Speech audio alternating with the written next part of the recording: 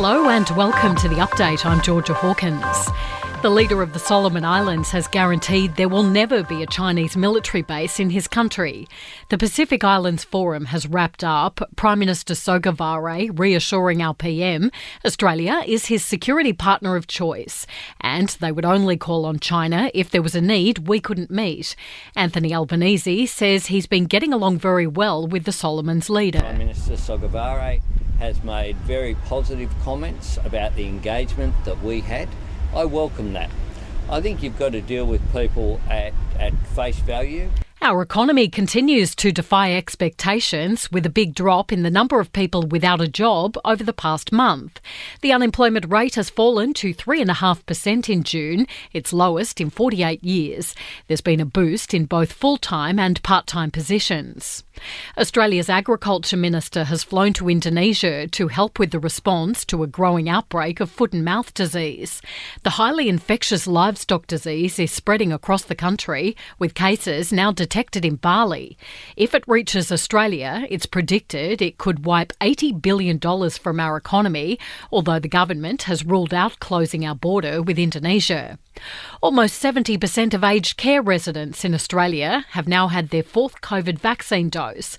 It comes as the government releases its winter plan for aged care, focusing on vaccination, infection control, training, visitor and worker safety. In just 6 weeks since we wrote to aged care providers, we have seen an increase of 15% in fourth dose vaccinations, and I want to thank providers and the workers who have worked so diligently to make that happen. Aged Care Minister Annika Wells.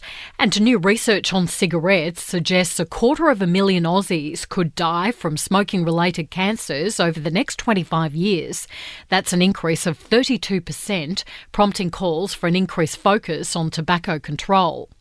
In sport, Australian golfer Cameron Smith believes the course at St Andrews will suit the Aussies in the field at the Open Championship.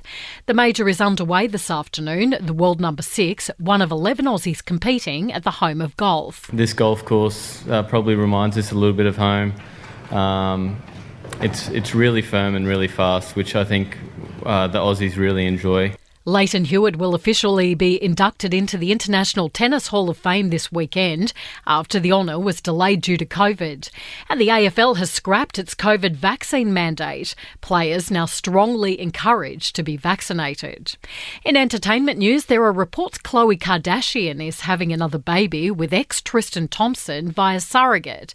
It's understood the birth is imminent or may have already happened.